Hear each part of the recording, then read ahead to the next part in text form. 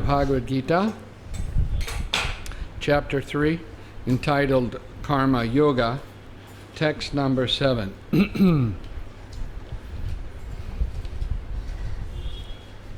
Yastvindriyani manasa Yastvindriyani manasa Niyam yarabate terjuna Niyam yarabate terjuna Karmendriyai karma yogam Karmendriyai karma yogam Asakta sa vishishyate Asakta sa vishishyate Yastvindriyani manasa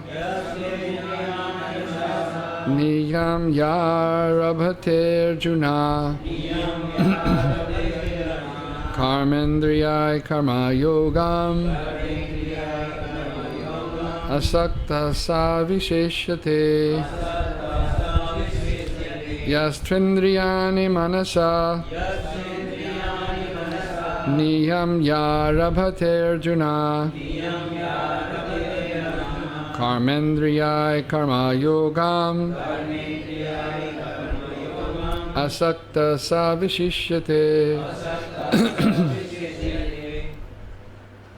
Anyone else? Yatvendriyani manasa Niyam yarabhate arjuna Karmendriyai karma yogam Asakta sa vishishyate. Anyone else? Ladies? Manasa Niyam yarabhate arjuna Karmendriyai karma yogam Asakta sa vishishyate. Ladies? Yastvindriyani manasa Niyam yarabhate arjuna Karmendriyai karma yogam Asakta sa vishishyate. Yaha, one who, two, but, Indriyani, the senses, Manasa, by the mind, Niyamya, regulating, Arabhate, begins, Arjun, O Arjuna, Karmendriyai, by the active sense organs, Karma yogam, devotion, Asaktaha, without attachment, Saha, he, Visishyate, is by far the better. On the other hand, if a sincere person tries to control the active senses by the mind and begins karma yoga in Krishna consciousness without attachment, he is by far superior. Purport by His Divine Grace Srila Prabhupada. Instead of becoming a pseudo-transcendentalist for the sake of wanton living and sense enjoyment, it is far better to remain in one's own business and execute the purpose of life, which is to get free from material bondage and enter into the kingdom of God. The same Swargagati, or goal of self-interest, is to reach Vishnu. The whole institution of Varna and Ashram is designed to help us reach this goal of life. A householder can also reach this destination by regulated service in Krishna consciousness. For self-realization, one can live a controlled life as prescribed in the Shastras and continue carrying out his business without attachment. And in this way, and in that way make progress. A sincere person who follows this method is far better situated than a false pretender who adopts the show bottle spiritualism to cheat the innocent public. A sincere sweeper in the streets is far better than a charlatan meditator who meditates only for the sake of making a living.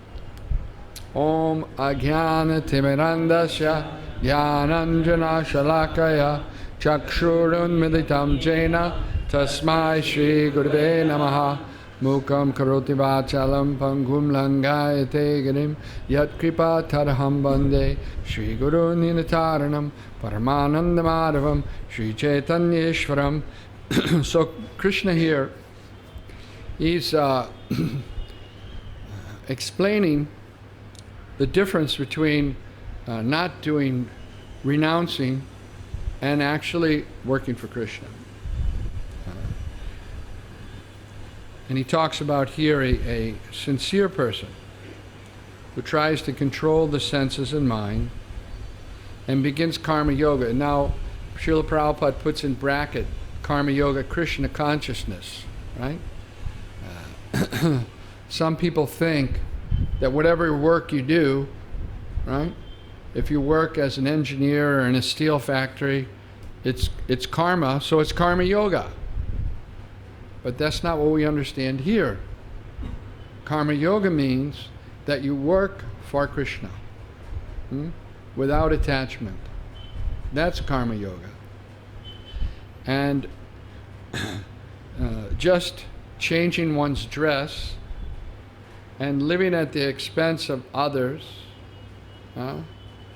is also, it's not as good as being in one's position in life, restraining the senses, living a regulated life, and acting for Krishna. Now, there's different ways one can act for Krishna, and the whole Vedic prescription is to bring one to the platform of going back home, back to Godhead, becoming free from material entanglement, right? But the Vedas have their formula is a very gradual process, but the goal is the same. The progress is to perform Vedic sacrifices, to engage in Vedic sacrifices. And it's prescribed there, worship of the demigods, etc.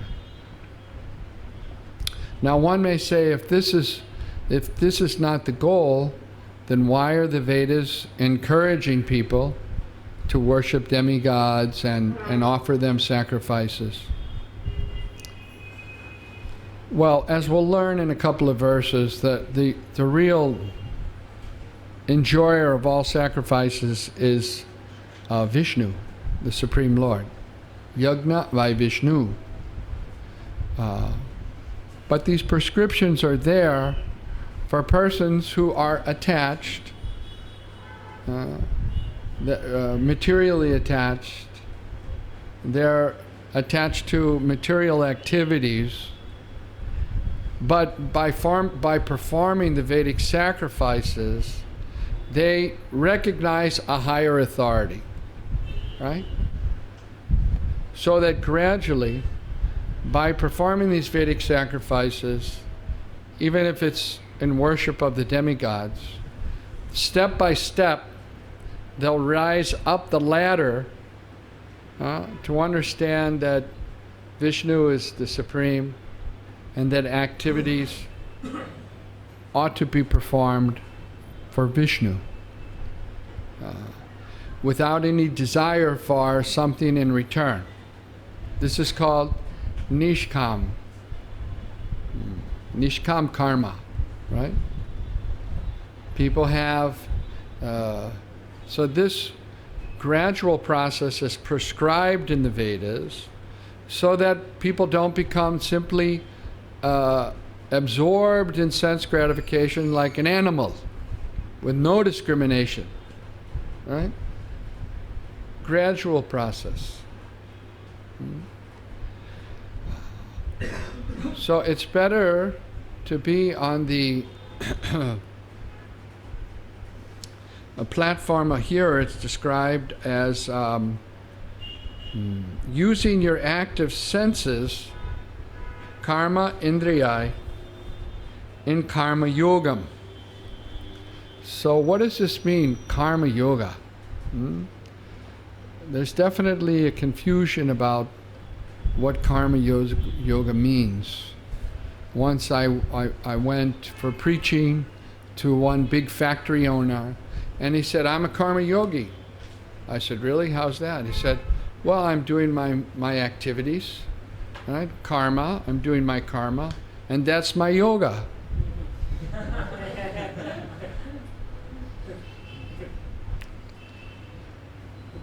And he quotes one verse from Bhagavad Gita, you have a right to perform your famous verse for them. But the part that they leave out is without attachment, right? You have a right to perform your prescribed duty, whatever it is. You may be a Kshatriya or Vaishya, Shudra. These are all there in the Vedic literatures, according to a person's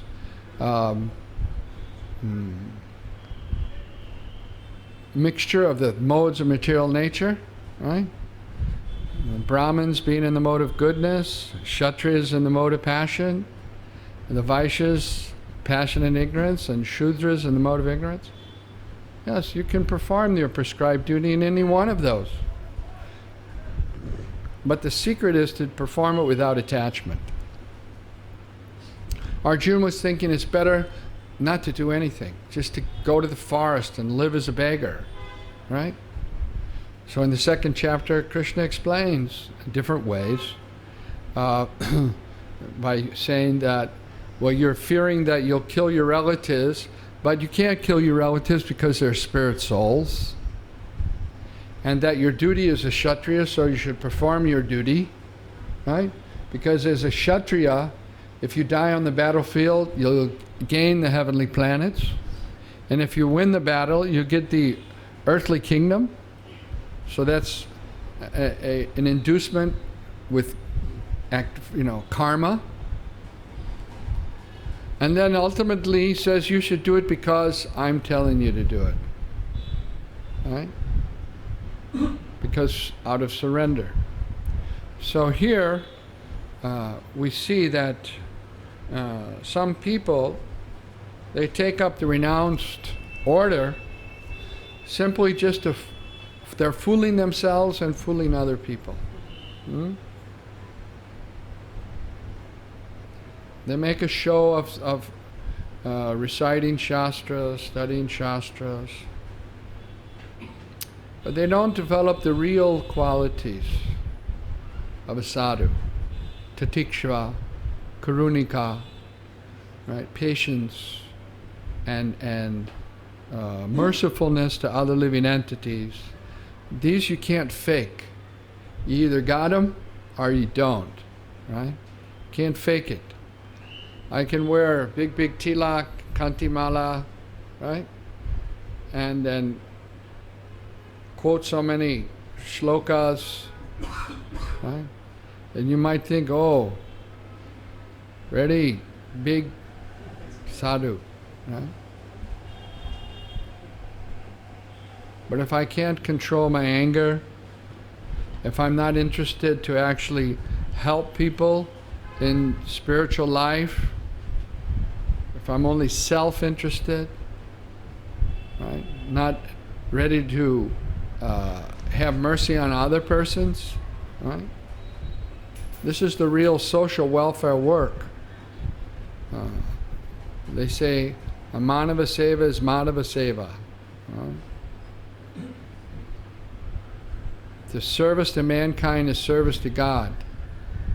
But they don't even know what is service to mankind, how you can serve mankind, right? They think ameliorating the sufferings of the material body is service to mankind. But how is that? The material body is destined to die anyway. Right? How long does the material body last? A saintly person realizes that, and therefore tries to help with the real social welfare work of elevating the person to the spiritual platform, to help them realize their identity as the eternal spirit soul, differentiated from this material body. This is the real social welfare work.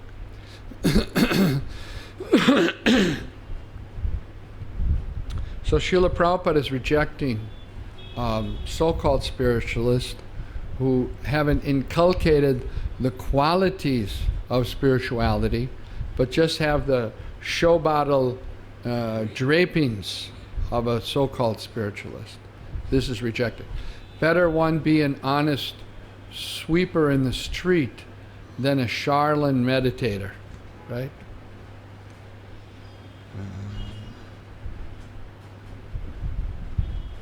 And what does it mean to be honest? Right? What is Prabhupada? Better be an honest sweeper. What does it mean to be honest? Well, honesty means to acknowledge one's position and to realize one's position in relationship to the Supreme Lord. Right?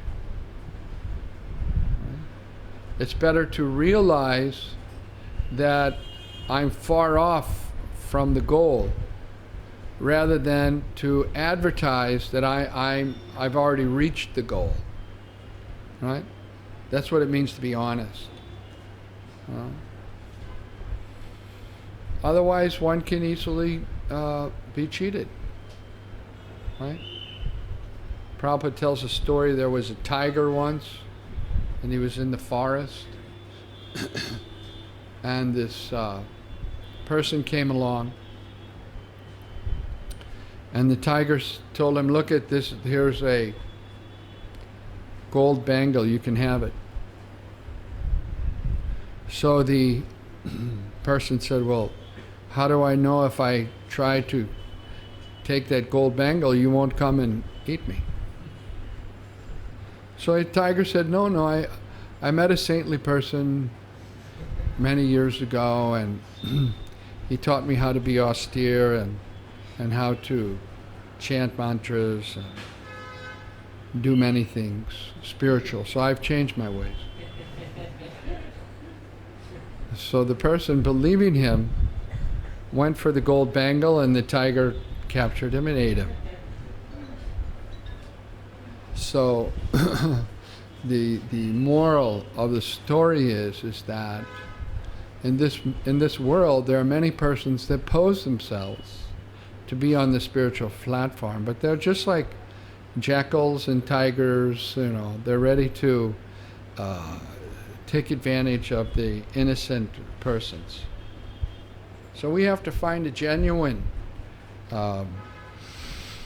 sincere and honest person who knows what is the purpose of life.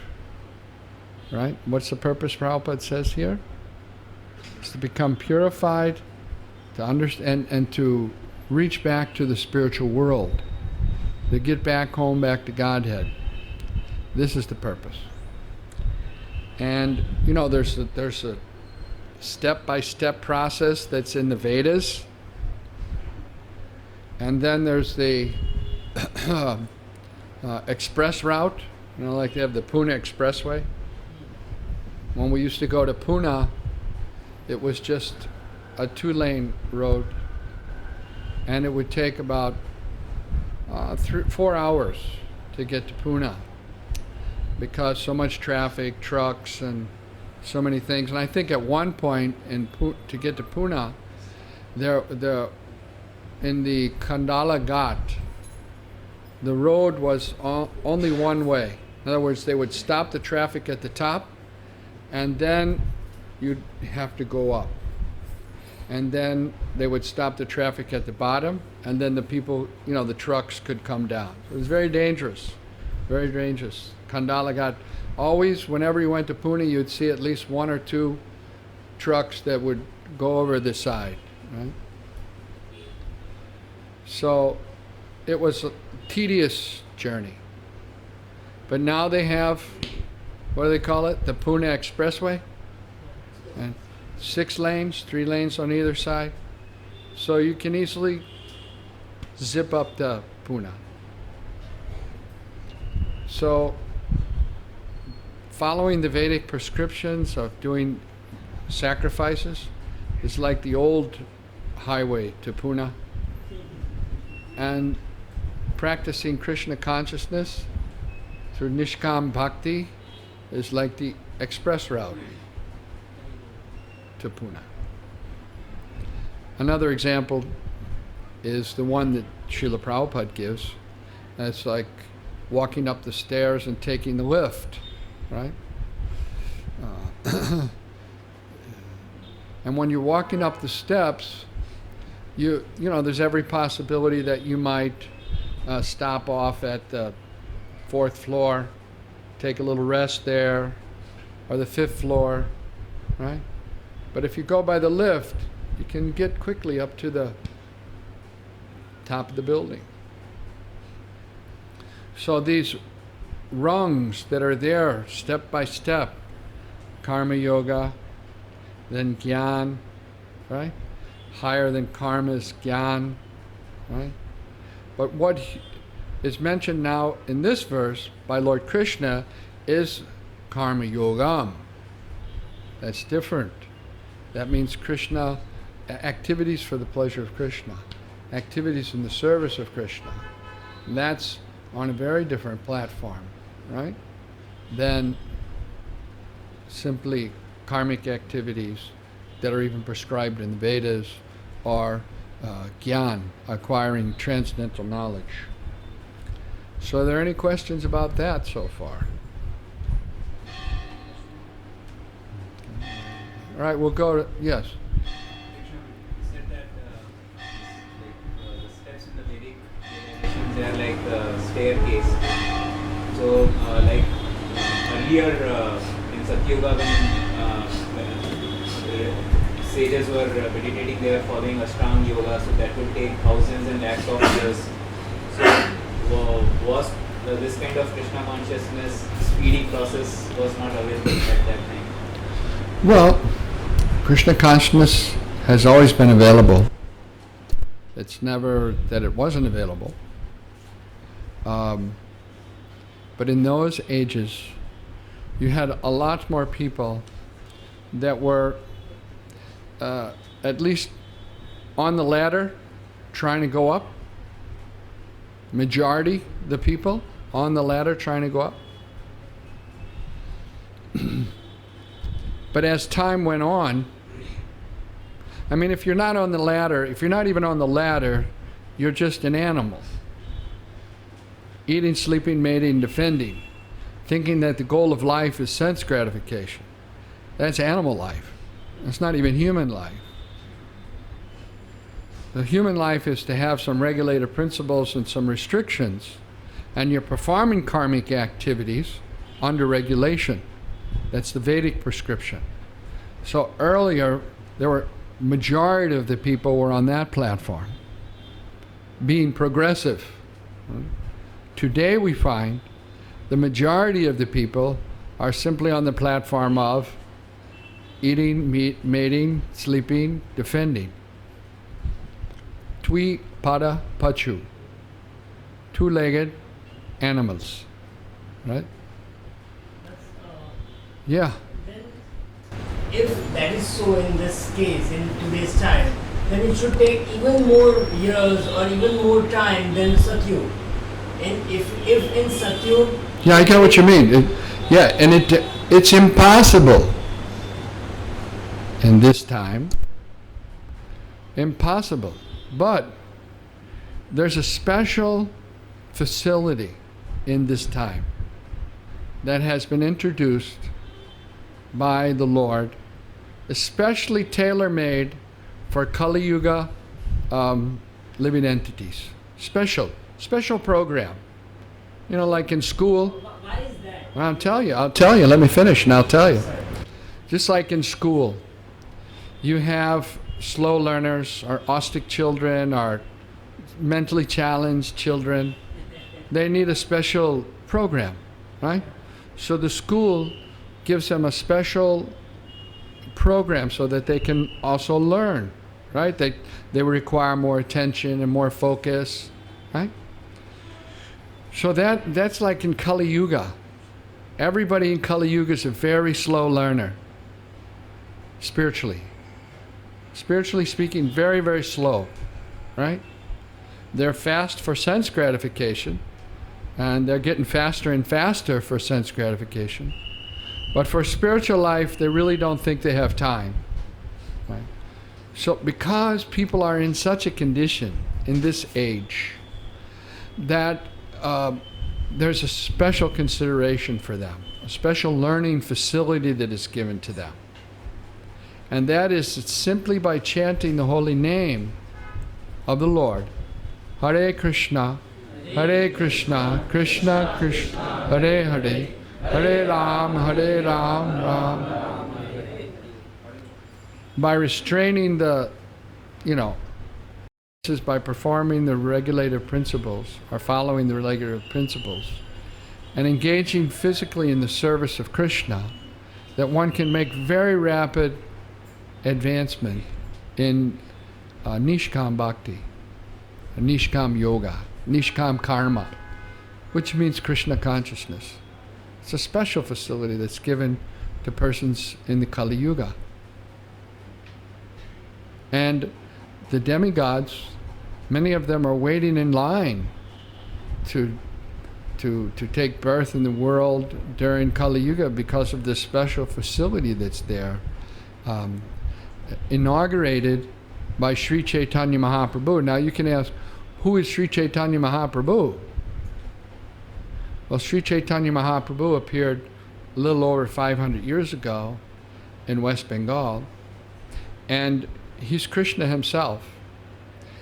But he didn't come as an avatar of Krishna. He came as a devotee of Krishna to teach people how to render devotional service to Krishna, how to make advancement in spiritual life, how to come to the perfect stage of real karma yoga or Krishna consciousness. So he set that example for us. Is that okay? Okay, good. Any other questions? Yeah.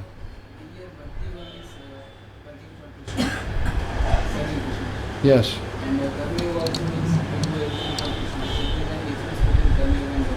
Well, there's of course there's a difference. I mean, in the ultimate sense, no difference. Karma yoga and bhakti yoga, same thing. It's work for Krishna. But in the beginning stages, karma yoga may be with attachment. One may have some residual attachment for enjoying the fruits of work. But in the ultimate sense, karma yoga and bhakti yoga are the same thing. It's work for Krishna and without attachment. And that's what Lord Krishna has recommended in this verse. That, better than working with attachment is to have knowledge, but better than acquiring knowledge is to work for Krishna. And even higher than working for Krishna is working for Krishna with full, detachment from the results. Only anticipating the pleasure of Krishna without anticipating anything in it for myself. Is that okay? Yeah? What is to work for Krishna? Well,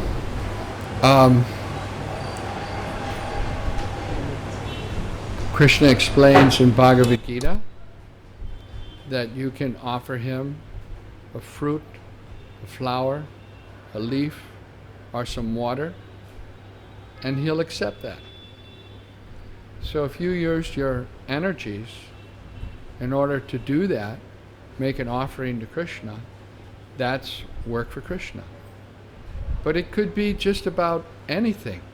Everyone has a different psycho-physical nature and different capabilities and expertise, levels of intelligence. So if whatever we have, if we use that in the service of Krishna, that becomes work for Krishna.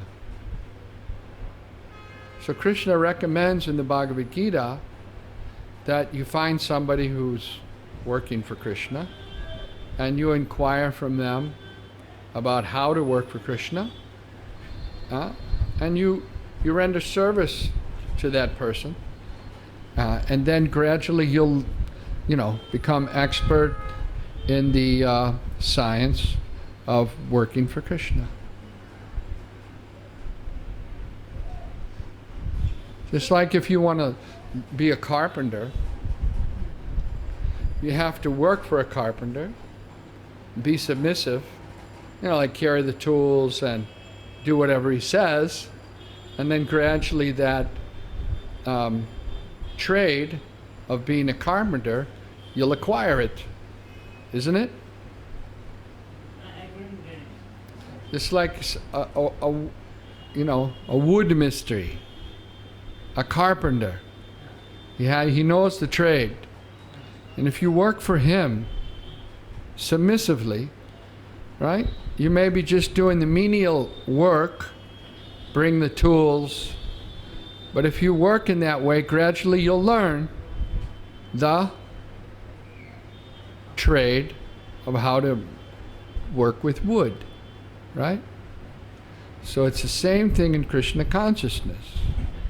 If you work with a person that has already figured out how to serve Krishna with mind, body, and words, and you work submissively with an inquisitive mind and mood, then gradually you'll also learn how to serve Krishna. And as you learn how to serve Krishna, the attraction for enjoying the material energy of Krishna will reduce. Right? Is it about only Krishna or many other gods existing in the religion? Is it about only Krishna? Well, first of all, there's not many other gods. Let's try to understand. There's one Supreme Lord, and everyone else is his servant. Krishnastu Bhagavan Svayam. The original personality is Krishna. Krishnastu Bhagavan Svayam. Srimad Bhagavatam states. And everything else is emanating from Krishna.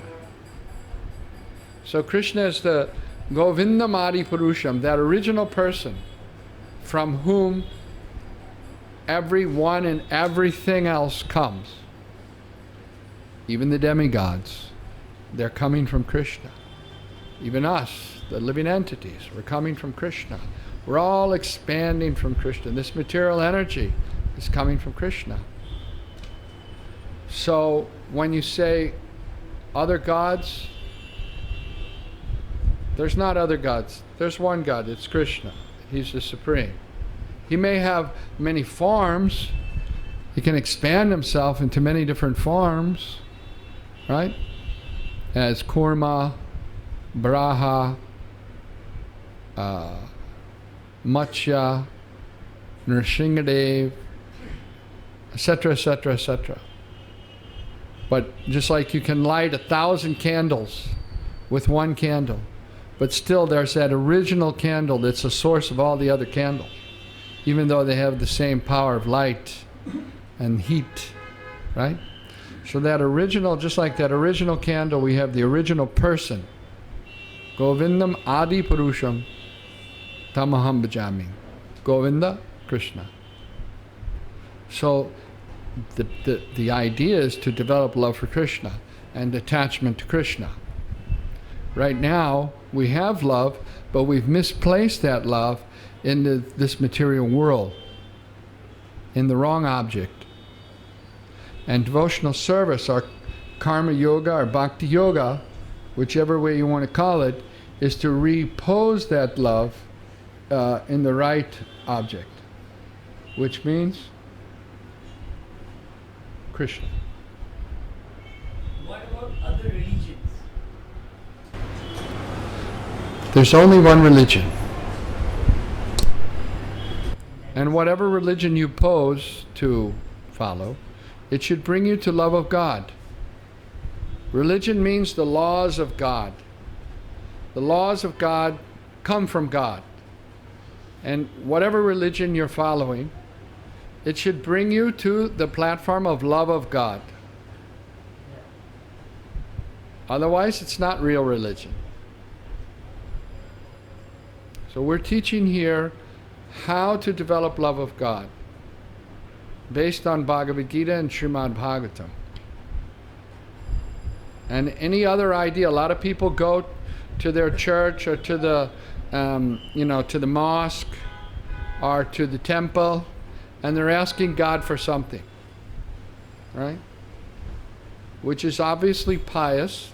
It's more pious than the atheist who doesn't believe in God, who doesn't care for God, but it's not the real meaning of religion. The real meaning of religion is to develop love of God.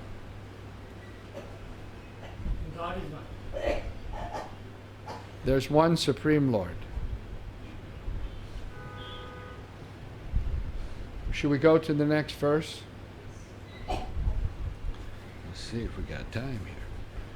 I'll just read the verse. Niyatam kudu karma tvam karma dhyayo hyakarmanaha sarira yatrapi chate na prasidyat akarmanaha. Perform your prescribed duty, for doing so is better than not working. One cannot even maintain one's physical body without work. Purport. There are many pseudo-meditators who misrepresent themselves as belonging to a high parentage, and great professional men who falsely pose that they have sacrificed everything for the sake of advancement in spiritual life. Lord Krishna did not want Arjuna to become a pretender. Rather, the Lord desired that Arjuna perform his prescribed duties as set forth for Kshatriyas. Arjuna was a householder and a military general, and therefore it was better for him to remain as such and perform his religious duties as prescribed for the householder Kshatriya. Such activities gradually cleanse the heart of a mundane man and free him from material contamination. So-called renunciation for the purpose of maintenance is never approved by the Lord, nor any religious scripture. After all, one has to maintain one's body and soul together by some work. Work should not be given up capriciously, without purification of materialistic propensities. Anyone who's in the material world is certainly possessed of the impure propensity for lording it over material nature, or in other words, for sense gratification. Such polluted propensities have to be cleared.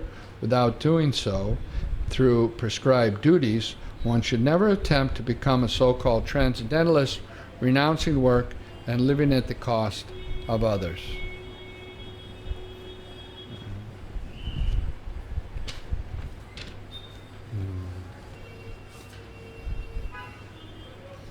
So here Lord Krishna is advising again to perform one's prescribed duty. That's better than so-called giving up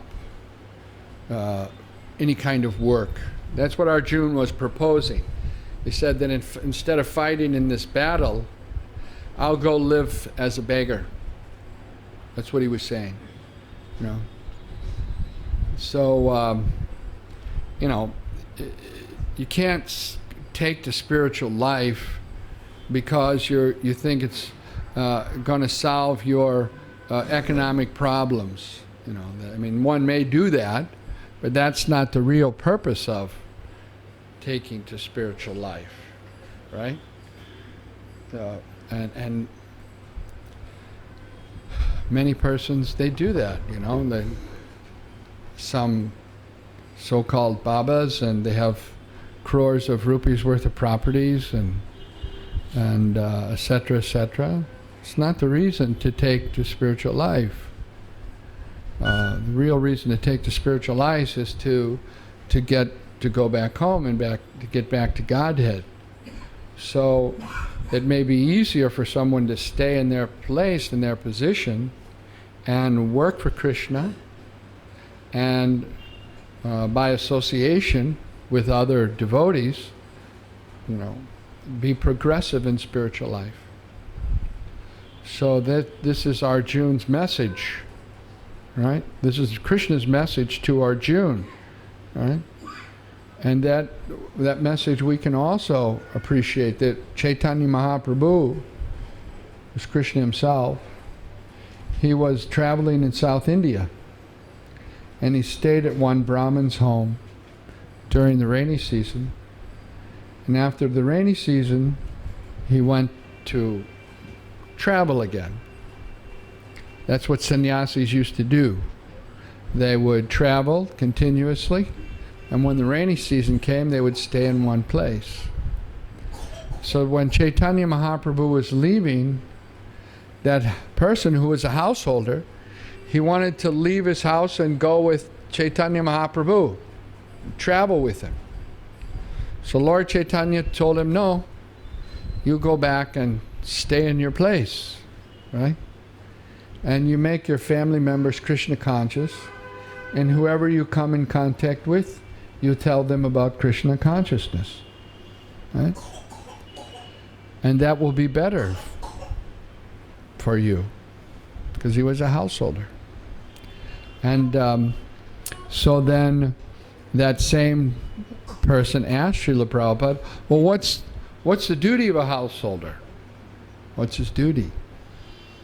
So Srila Prabhupada, Chaitanya Mahaprabhu answered with a famous verse, Sadhu Sangha, Sarva Shastrakai, Lav Matra Sadhu Sangha, Sarva Siddhi Hai.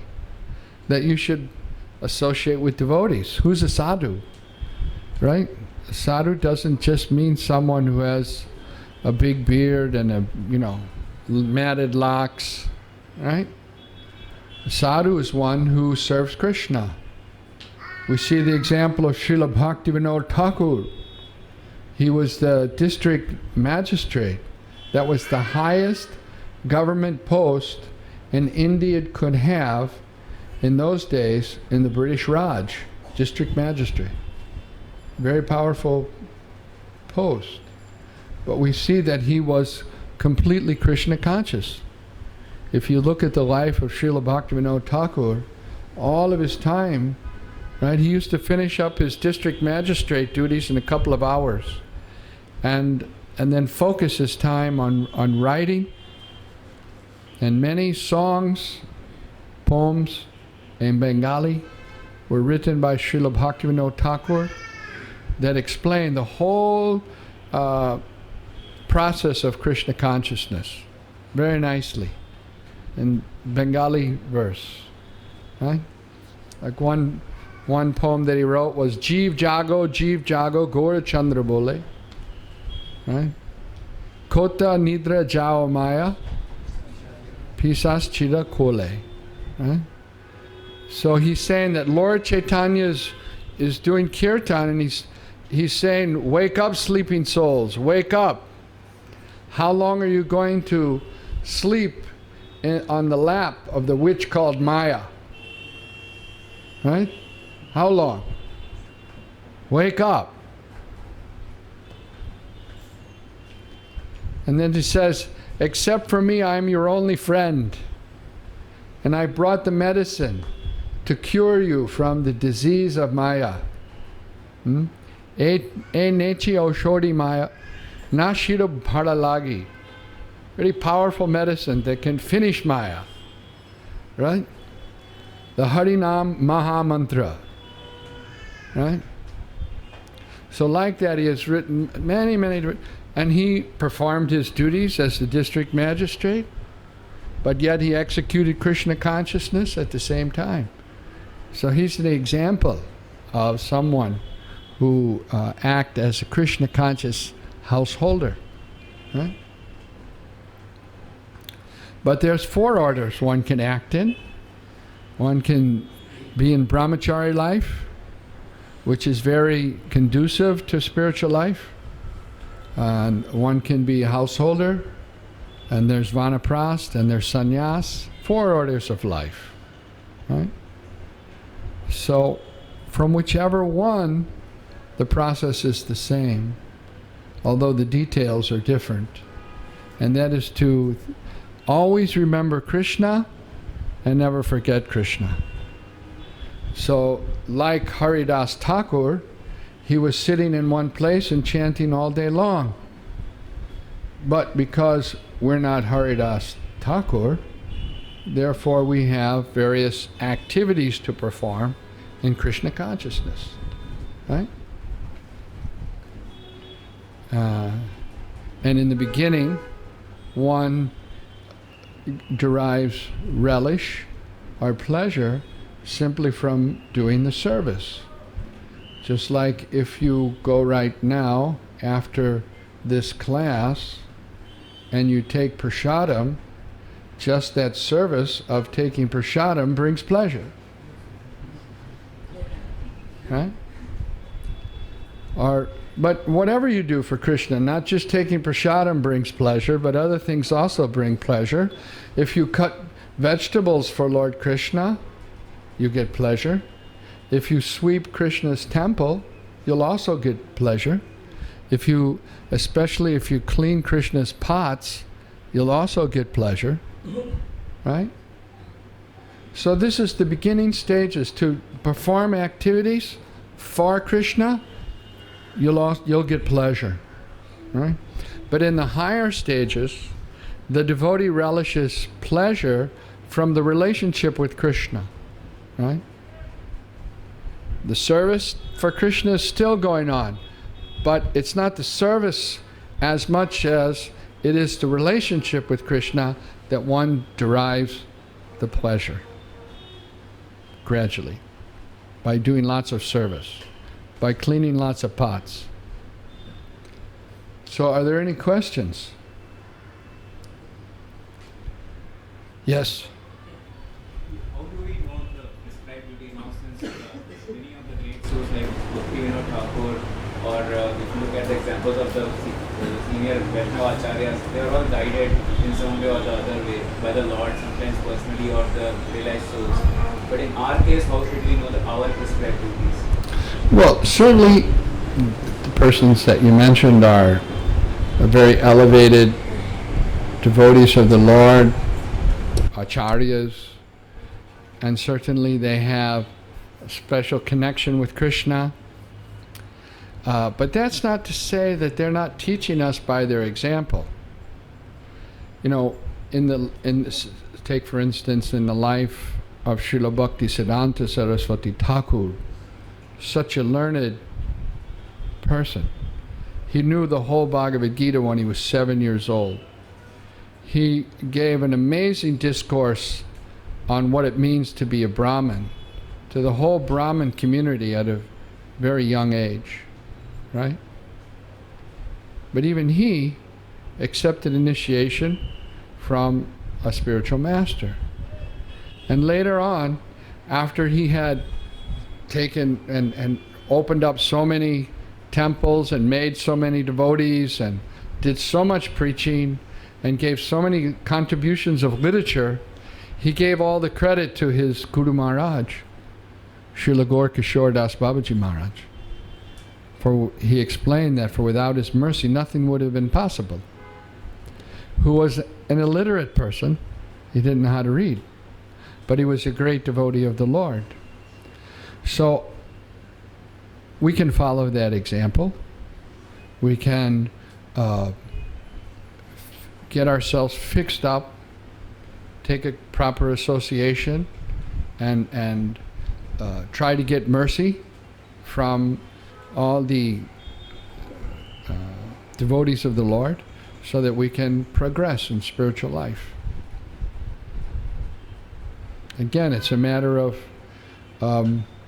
like an apprenticeship, you know, getting yourself with the right person and taking it seriously and trying to make progress. That was the process then, and it is the process now. Any other questions?